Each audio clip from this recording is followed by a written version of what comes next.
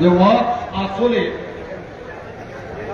আমার নিজস্ব ধন, আমার নিজস্ব সম্পদ, আমার নিজস্ব জমি জায়গা, এক কথায় আমার মালিকানা আল্লাহর মালিকানায় করে দেওয়ার নাম হচ্ছে ওয়াক্ফ।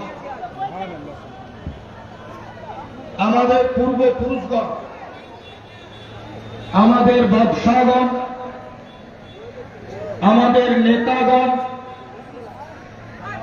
আমাদের মধ্যে জমিদার যারা ছিলেন, ধনী ব্যক্তি যারা, তারা এই মুসলিম জাতির জন্য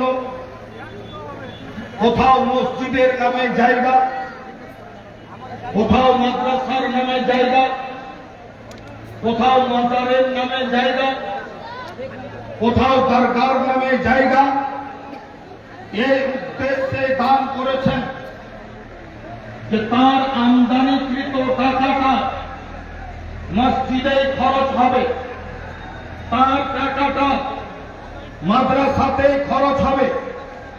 ওয়াকফের আইন নিয়ম হচ্ছে যে যে বিষয়ে, যে কারণে, যে জন্য দাতা দান করেছেন তার দান সেই কাজেই লাগাতে হবে।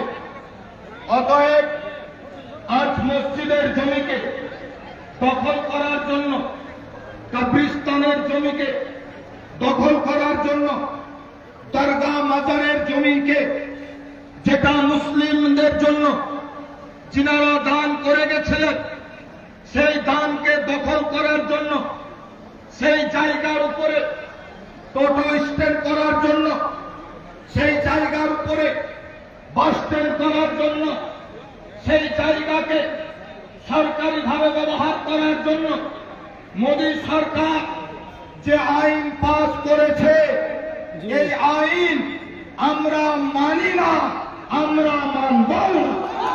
ঠিক, মানছি না, মানব না, মানছি না, মানব না, করতে হবে, করতে হবে, করতে হবে, করতে হবে।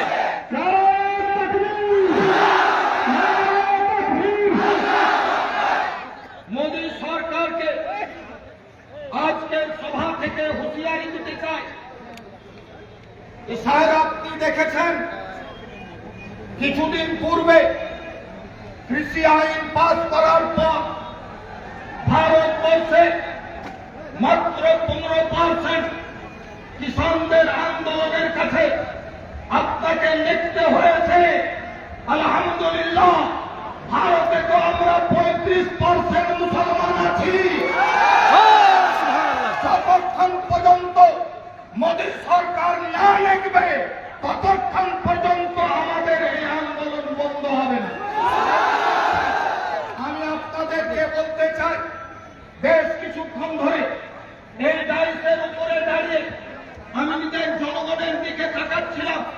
কিছু জওয়াব উচ্ছৃঙ্খল হিসাবে ইমামদের কথা না মেনে তারা ব্রিজের উপর দিয়ে যাচ্ছিল। কিছু জওয়াব তারা রাস্তা ব্রিজ ক্রস করে কুয়ারপুরের দিকে যাচ্ছে। আমি আপনাদেরকে বলি, আজকের এই মঞ্চে একটা উপযুক্ত মজবুত কমিটি তৈরি করেন, আর সেই কমিটির আমিররা যে নির্দেশ দিবেন, সেই নির্দেশ অনুযায়ী আপনারা চলবেন। আগে অঙ্গীকারবদ্ধ হন, আর যদি ঠিক, ঠিক, আগে আপনাদেরকে অঙ্গীকারবদ্ধ হতে হবে যে আমরা ইমামদের সাথে আছি, আমরা ইমামদের পিছে আছি। আপনারা এগিয়ে যান। ইমামদেরকে শুধু নামাজের পার্টিতে আজকে আর আগে রাখার সময় নাই। দালালের পিঠ সেটে গেছে। এই ইমামরা এইরকম মাহফিলে কোনদিন উপস্থিত হতেন না, কিন্তু রাস্তা নাই, বাবরি মসজিদ আমাদের কাছ থেকে কেড়ে নেওয়া হলো।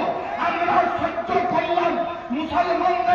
মুসলমানদেরকে যেখানে আরএসএস এর সংখ্যা গরিষ্ঠ রয়েছে তাদেরকে মারা হচ্ছে, আমরা সহ্য করলাম। তাদেরকে করলাম মুসলিম লিডারদেরকে বন্দী করা হচ্ছে, তার কথা বন্ধ করার জন্য আমরা সহ্য করলাম, কিন্তু আর নয়। এবার মুসলমানের আর ঘুমিয়ে থাকার সময় নয়। মোদী সরকারকে বলবো, আপনি ভুল করেছেন, ঘুমন্ত বাঘকে জাগিয়ে দিয়ে ঠিক ঠিক ঠিক ঠিক ঠিক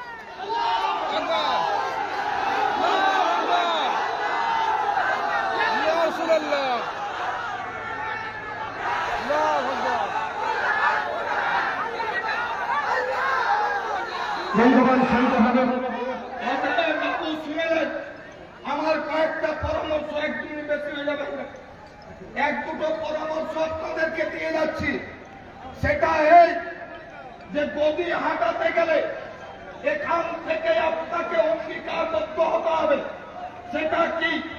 আমরা ধর্মের ব্যাপারে কোন রাজনীতি লোকের সাথে আঘাত করিনি, করব না। কারণ আমরা জানি এখন আমাদেরকে নির্বাচন করতে হবে। যে আমার ধর্মের সে আমার, যে আমার ধর্মের নয় সে আমার নয়। আর ভারতের মাটিতে গন্ডগোল লাগাবে, নেতা চুপচাপ বসে থাকবে। আমি ধন্যবাদ দিই নীতিশ বাবুর 5টা মেম্বারকে।